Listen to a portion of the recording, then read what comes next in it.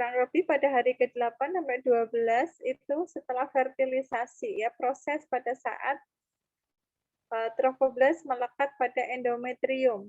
Nah, yang dikenal dengan adanya apa kemarin? Tanda?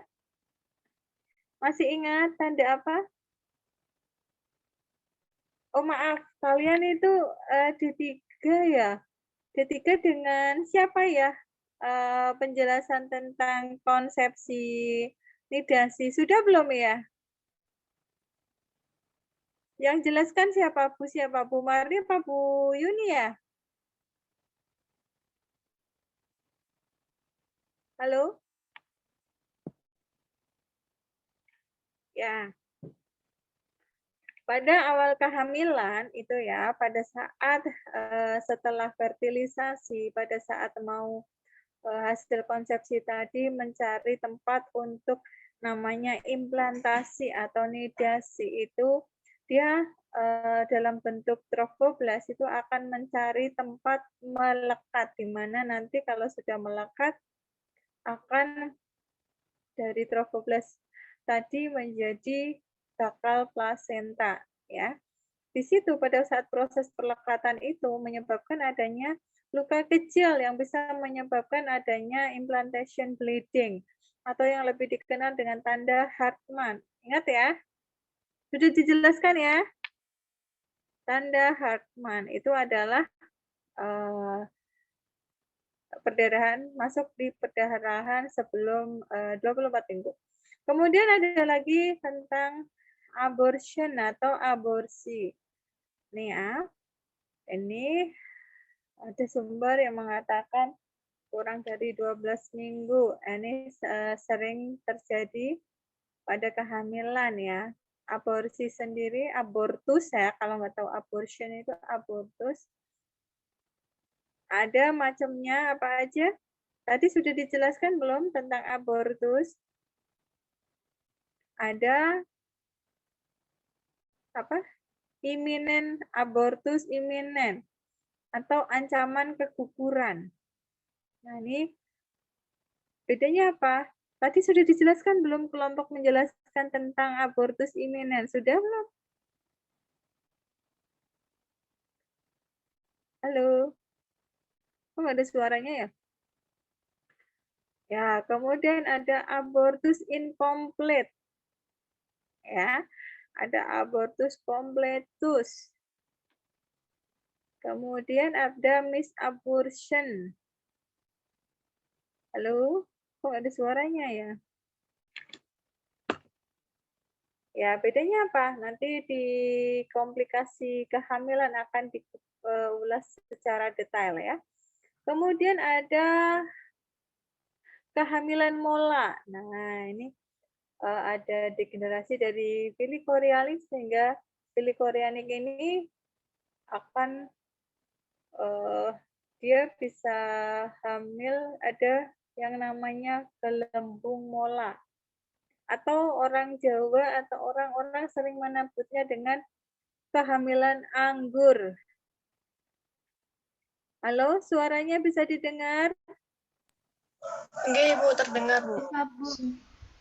Itu biasanya ada yang menyebut sebagai hamil anggur. Nah, ini terjadi pada awal kehamilan ya. Bisa ada total, ada parsial. Kalau parsial ada sebagian, berarti tidak semuanya hamil anggur, tapi ada janinnya ya. Kemudian ada kehamilan ektopik. Kehamilan ektopik ini biasanya hasil konsepsi tadi, ovum dan sperma tadi, dia akan digerakkan oleh rambut silia ya mencari tempat untuk nidasi. Kemudian ketika terjadi ectopic pregnancy, ini dia kehamilan tadi tidak melekat di rahim, tetapi mungkin penyebabnya ketika mau lewat keluar dari tuba, ternyata di tuba ada massa sehingga dia berkembang, tumbuh dan berkembang di tuba. Nah, sampai kalau pecah berarti terjadi kehamilan ektopik terganggu. Nah ya, jadi dia bisa di luar rahim. Ya, bisa di tuba, di abdomen, di kafum abdomen, atau di kanalis cervicalis, atau di mana di tempat dia melekat. Kalau sudah pecah, namanya kehamilan ektopik terganggu, ya, KET. Kemudian mungkin ada yang lain, kalau perdarahan yang lain apa ya? Kalau tadi yang abortus, mola, KET atau KF itu adalah kehamilan awal yang abnormal ya. Di situ darahnya, kalau yang KET, taunya itu KET biasanya cirinya adalah si wanita biasanya pucat ya, karena terjadi perdarahan tidak terlihat masif ya. Kemudian perdarahan terjadi di kafum 12 tuh numpuk, jadi di belakang, misalnya pada saat VT ketika tangannya digerakkan gitu akan rasa nyeri ya, sakit ya. Kemudian itu KET. Pucatnya karena apa? Perdarahannya tidak tampak ya, sehingga biasanya nyeri di bagian bawah, artinya pucat. Ya, pucat karena terjadi perdarahan yang tidak kelihatan gitu. Kemudian lanjut di masih perdarahan. Ada perdarahan di kehamilan lanjut. Tadi dijelaskan di kehamilan lanjut apa ya? Ada plasenta previa. Ada solusio plasenta. Bedanya apa? Nah, biasanya ini karena tadi ya, pada saat terjadinya nidasi, biasanya terjadi pada kalau dia sering melahirkan, plasenta itu akan melekat di tempat yang subur, di mana biasanya dia akan memilih tempat-tempat yang belum pernah dibuat melekat, sehingga ketika anaknya banyak, bisa saja dia mencari tempat di bawah menutupi jalan lahir. Nah, ini bisa total menutupi atau parsial atau plasenta letak rendah, jadi tidak menutupi tapi di dekat jalan lahir ya. Kemudian ada hipertensi gravidarum. Nah, ini makanya kalian harus tahu dulu berapa tekanan darah kalian sebelum hamil. Nah, ketika ternyata ketika hamil terjadi kenaikan sistol, ya, tekanan darah yang atas itu 30, yang bawah diastol 15, itu dikatakan sudah naik. Dan dalam arti di sini perlu waspada ya, sehingga ketika si wanita pada trimester 2 mengalami kenaikan sistol dan diastol, ini yang harus diwaspadai. Biarpun nilainya itu kemarin sudah saya jelaskan, nilainya gimana? Normal, mamanya ya, 120/80. Itu kalau lihat angka itu nilainya normal. Tetapi kalau secara kalau ditanya ibu hamilnya, sebelum hamil itu tekanan darahnya yang atas berapa? Kalau 120, 90/60 katakan, itu kan sudah naik atas 30, bawah sudah naik 15. Itu adalah kondisi masuk ke hipertensi gravidarum. Sehingga kadang bidan menganggapnya, ini tensinya normal, Bu, bagus, 120/80. Tanpa melihat kondisi sebelum hamil, 90/60. Nah, tahu-tahu ketika persalinan ibunya kejang. Nah, eklamsi ya. Makanya Anda harus mengetahui dulu berapa tekanan darah ibu sebelum hamil. Kalian saja yang tenaga kesehatan belum tentu tahu berapa tekanan darah kalian. Nah, harusnya tahu ya. Nanti beli alatnya ya. Kemudian ada nyeri perut bagian bawah. Nah, nyeri perut di sini adalah nyeri perut bagian bawah ketika dengan istirahat tidak ada perubahan ya. Kemudian nyeri ini bisa menjadi hebat, menetap atau tidak hilang dengan istirahat. Nah, ini yang perlu diwaspadai. Curiga, kira-kira apa? Banyak yang berkaitan nyeri adalah sebagai gejala yang dialami. Ya, gejala yang dirasakan oleh si wanita tadi. Tetapi kita perlu menegakkan diagnosa ketika adanya nyeri. Ya, nyerinya sebagai batasannya sebagaimana? Ada kontraksi tidak? Kemudian kalau ternyata ada kontraksi, coba bedanya kontraksi itu seperti apa? Mungkin kalian kan berpikir seperti itu. Kalau perut ibu hamil, ada saudaranya yang hamil ya, kalau ingin tahu kontraksi, perutnya dilus-lus. Nah, ketika dilus-lus, perutnya kencang. Nah, itu adalah kontraksi. Coba perut kalian dilus-lus, perut kalian ya, udah makan kan tadi? Dilus-lus. Lus-lus, semakin lama dilus-lus. Kontraksi nggak? Halo? Malah geli kok, Bu. Biasa aja. Nah, kontraksi nggak?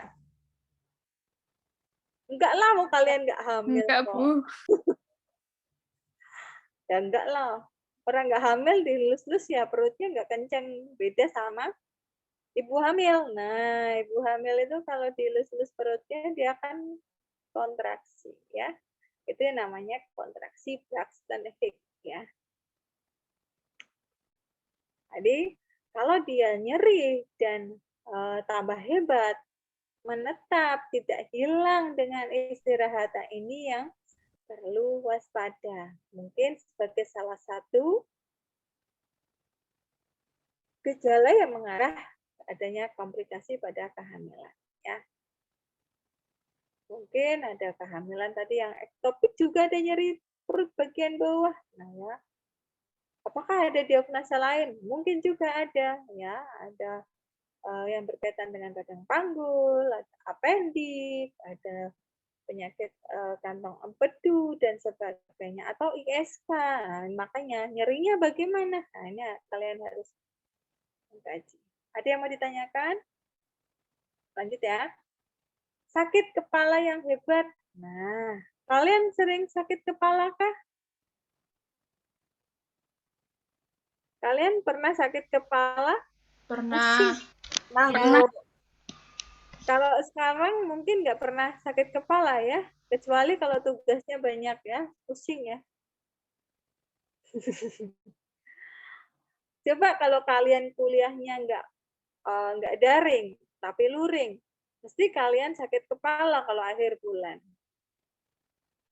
Jatahnya menipis ya buat jajan, aduh pusing nih uangnya habis, nah tahu sakit kepala ya. Ya jadi sakit kepala yang hebat di sini adalah ketika kalau kalian sakit kepala, mau menses atau sakit kepala yang berkaitan dengan kecapean ya, dengan istirahat nanti akan sembuh, akan pulih. Tetapi ketika sakit kepala ini bersifat menetap, hebat, tidak hilang dengan istirahat, ini adalah kondisi yang tidak normal atau abnormal. Nah, ini perlu diketahui, makanya sakit kepalanya seperti apa. Ya. Apalagi sakit kepalanya disertai dengan pandangan kabur.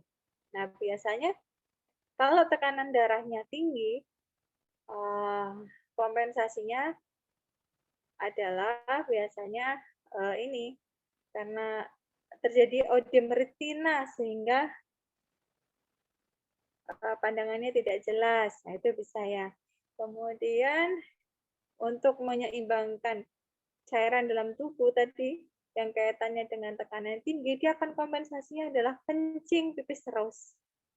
Jadi nggak dingin, tapi kok pipis terus. Nah, itu juga harus waspada ya, hati-hati ya. Wes terus, pandangannya tidak jelas, kabur. Bukan min loh ya, beda lah ya. Kalau min pakai kacamata bisa lihat gitu ya. Tapi kalau pandangan kabur ini lihat orang namanya double vision ya. Jadi nggak jelas, ini kayak ada bayangan sebelahnya atau di belakangnya. Nah, lihat orang itu padahal jelas yang lain, tapi dia enggak. Nah, ini biasanya tanda yang mengarah yang perlu diwaspadai. Kemudian, sehingga ketika ada sakit kepala yang hebat, kamu tanyakan, gimana pandangan matanya? Kaburkah? Nah, kalau ada seperti tanda seperti itu, curiga ke arah preeklamsi ya. Tekanan darahnya tinggi, itu baru gejala, harus ditegakkan dengan periksa. Kamu memeriksa tekanan darah, periksa pipisnya, positif atau tidak, atau negatif ya. Kemudian ada refleks patella, ya, ada odim pretibia, odim di tungkai apa di pretibianya, odim tidak, ditekan cepat hilang, balik, atau lama. Nah, ini ya. Kemudian perlu dianjurkan periksa protein tadi ya, urin. Nanti kalian bisa belajar tentang kalau ada bisa pakai kombur tes sebenarnya, tetapi kalian juga harus bisa belajar pemeriksaan protein urin dengan asam asetat ya. Nanti bisa belajar caranya gimana. Biasanya kalau kita belajar untuk mendeteksi adanya protein, itu adalah urinnya kita kasih putih telur. Telur kan ada proteinnya ya. Ketika dikasih putih telur, sedikit aja. Kalau kebanyakan nanti kalau dibakar gumpal. Itu telurnya kita ini panaskan. Oh ya, sebelum melanjut, Bagusin tanya. Untuk materi berkaitan dengan pertumbuhan, perkembangan hasil konsepsi sudah disampaikan belum ya, Mbak? Hah? Masa belum? Yang ngajar siapa ya?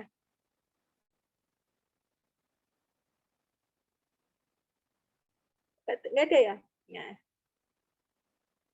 Ya, masalah visual tadi ya.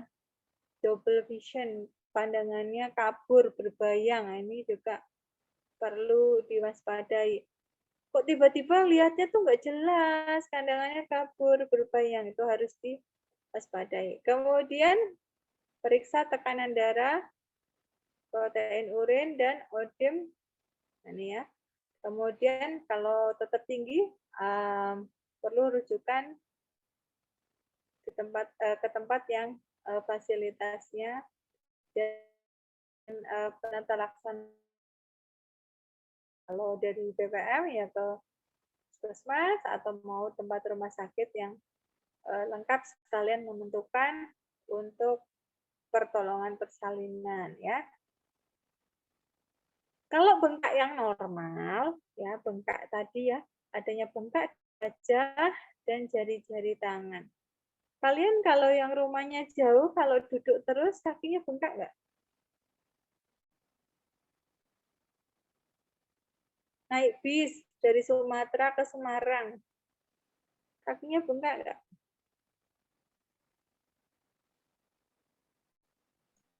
Iya, Nah, Bu, ini sama kaku.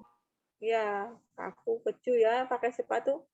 Ini hati-hati kalau ibu hamil pergi bepergian duduk lama. Pakai sepatu lagi. Nah, hati-hatinya apa? Ketika mau turun, nggak muat sepatunya, ya kakinya nggak bisa masuk. Setelah istirahat, kalau yang normal itu hilang, ya kakinya ditinggikan, udah balik. Tapi pada kondisi yang serius ini, tidak hanya cuma kaki saja yang bengkak, ya, bukan gemuk loh ya, tapi mukanya juga muka, tangan, juga orang Jawa bilang gedem-gedem ya, bengkak tuh.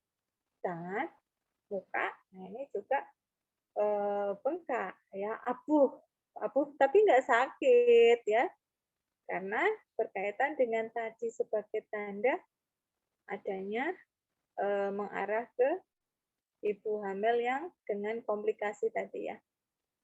Itu dengan istirahat juga tidak hilang dan disertai keluhan yang lain. Nah, ini juga harus hati-hati. Kemudian ada tanda yang lain ya yang mengarah ke adanya preeklamsi. Nah, jadi kalau ada tensinya tinggi, curiga apa? Tensinya yang pertama kali kelihatan biasanya bengkak dulu. Ya, bengkak. Ibu hamilnya kok bengkak? Coba ditensi. Tensinya kok tinggi? Waduh, wah ini sudah 2 tanda. Wah, coba dicek pipisnya, urinnya. Wah, proteinnya positif. Nah, ini berarti mengarah ke tanda preeklamsi ya. Nah, ketemu dengan ibu seperti itu, ditanya, ibu sakit ada bengkak, dia anamnesa juga ya, tidak hanya cuma bengkak tapi nggak ada anamnesa. Ibu apakah sakit kepala, pusing, kemudian pandangannya kabur, tidak? Kemudian kakinya kalau bengkak seperti ini, dengan istirahat hilang, normal kembali, atau tetap? Nah, ini juga harus ditanyakan ya. Tekanan darahnya, kemudian laboratnya, proteinnya bagaimana, ini juga harus ditanyakan. Kemudian periksa HB ibu ya.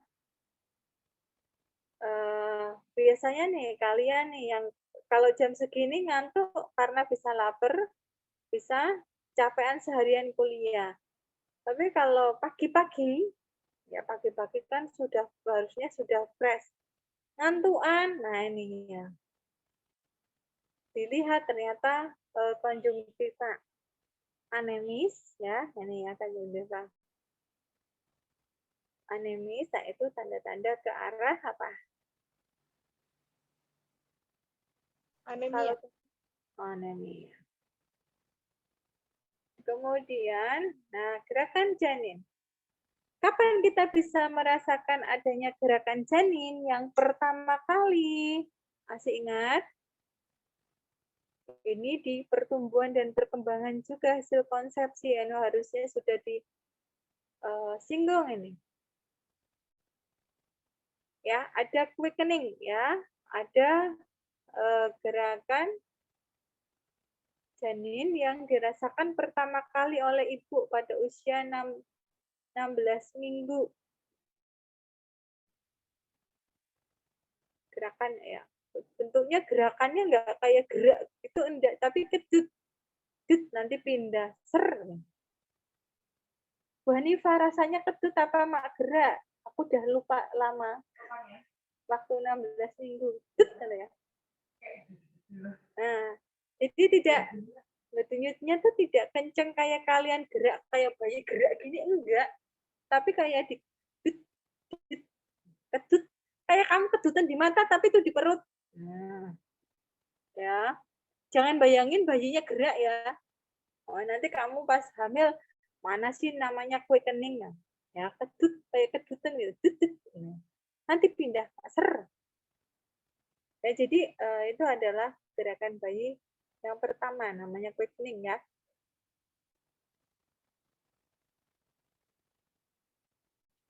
Nah, pada kondisi yang normal ini biasanya ibu di bulan kelima ke 6 itu sudah bisa merasakan gerakan janin, tetapi kadang tidak terasa sama sekali. Sehingga ini paling sedikitnya bayi harusnya dalam waktu berapa tadi udah dijelaskan?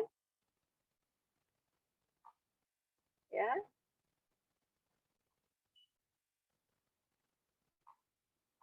Ya, makanya diawasi ya.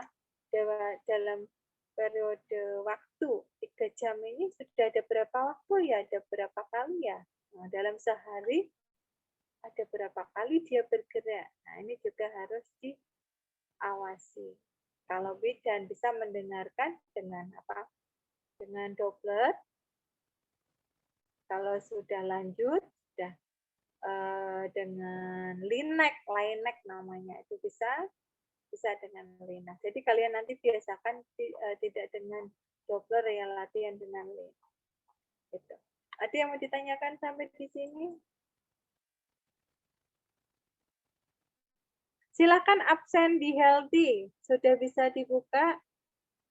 Absen dulu untuk pertemuan. Coba dibuka absen dulu, takutnya nanti kalian belum absen sudah hilang.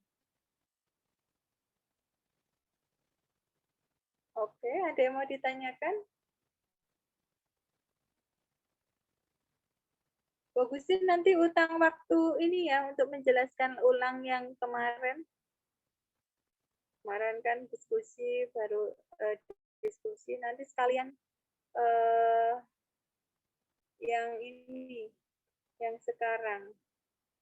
Nanti sekitar 2, ya harusnya kan 3 pertemuan. Bagusin minta tambah 1 waktu ya, tambahan ya. Gak usah dimasukkan ke ini, karena kalian ternyata nggak memahami deh, udah disampaikan. Bu Marni udah selesai materinya. Bu Marni udah selesai. Bu Yuni Mamat sudah selesai. Belum, Ibu.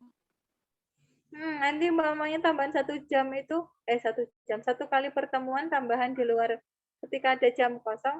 Nanti saya jelaskan sedikit mengulang yang awal-awal biar kalian paham. Soalnya ditanyain kok nggak pada mudeng. Nanti takutnya kalian sudah masuk ke materi lanjut, kalian nggak paham yang di awal. Kalau mau, kalau enggak ya nggak apa-apa.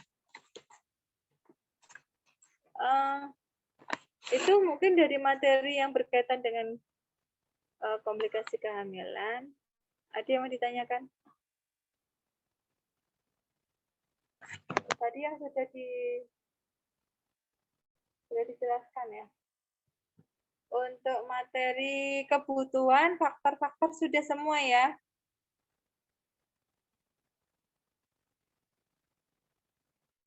Oke, nanti yang berikutnya saya jelaskan tentang diagnosa kehamilan.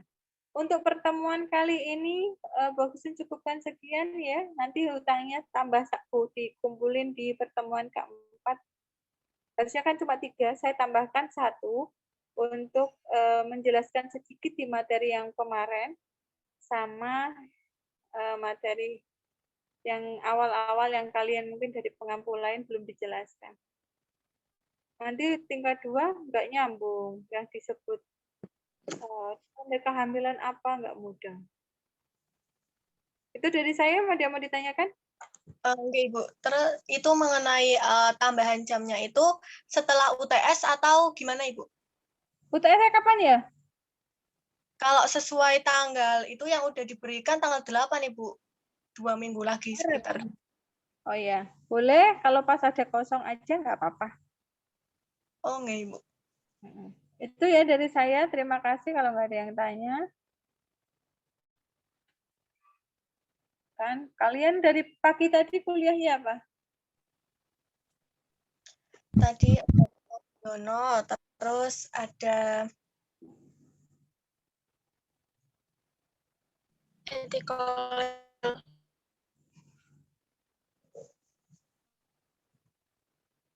Oke, ya udah.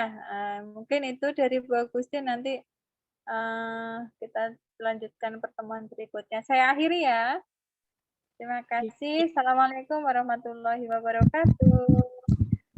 Waalaikumsalam warahmatullahi wabarakatuh. Assalamualaikum warahmatullahi wabarakatuh. Terima kasih, Bu. Terima kasih, Bu. Terima kasih, Bu.